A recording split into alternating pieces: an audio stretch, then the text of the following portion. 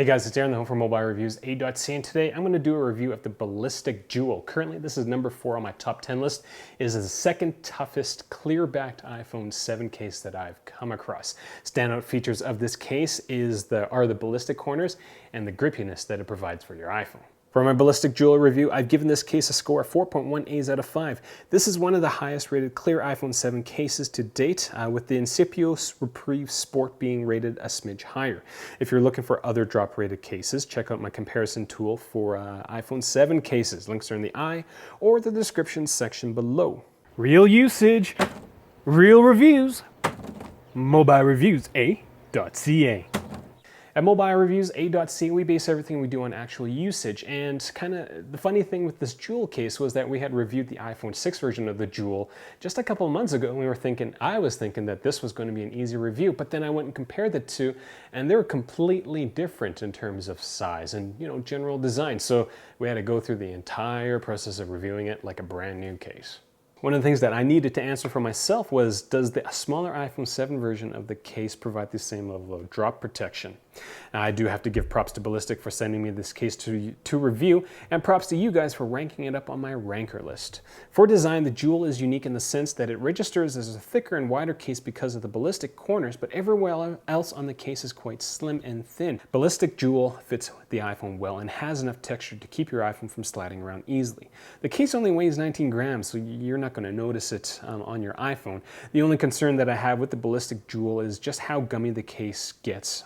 Fingerprinting and face grease is going to be the Ballistic Jewel's best friend. The biggest difference between the iPhone 6 and 7 versions, as I mentioned before, is the size.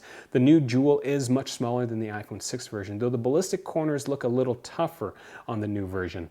If we look closely, it looks like they've added some sort of TPU supports to the airport pockets in the ballistic corners. Now, these ballistic corners provide the Jewel with 6 feet worth of drop protection, which is better than the Ballistic Tungsten Slim, which only has 4 feet worth of protection despite being similar in size.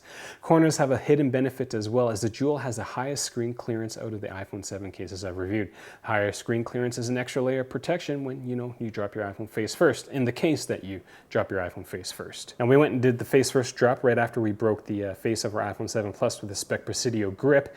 And surprisingly, well, we had to do it twice, and the iPhone is fine. The iPhone that you're looking in this review is the same one that I dropped from about 5.5 feet. Twice. The only gripe that we had for the Jewel regarding protection involves how pliable the edges of the case are. The pliable edges will allow dust and debris to get between the iPhone a little quicker than other cases, so you'll need to kind of clean out the case every once in a while. In addition to the extra protection of ballistic corners, also helps with the handling of the iPhone. The Jewel itself is quite rubbery, so the iPhone isn't going to feel like it's going to slide out of your hand. Ballistic corners also act as a guide to keep your hands in the center of the device. You kind of know exactly what orientation your phone is with the Jewel because of those ballistic corners. And last, I'm getting kind of sick of saying the ballistic corners. Those corners really help with one-handed usage, as they provide a bit more bulk for your fingers to hold on to when you use it with one hand.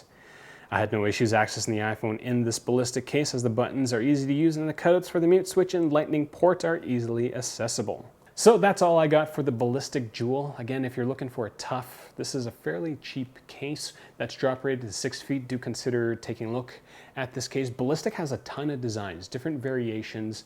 I'm just assuming that they're all kind of the same. They've just got different colors and whatnot. Do check out their site.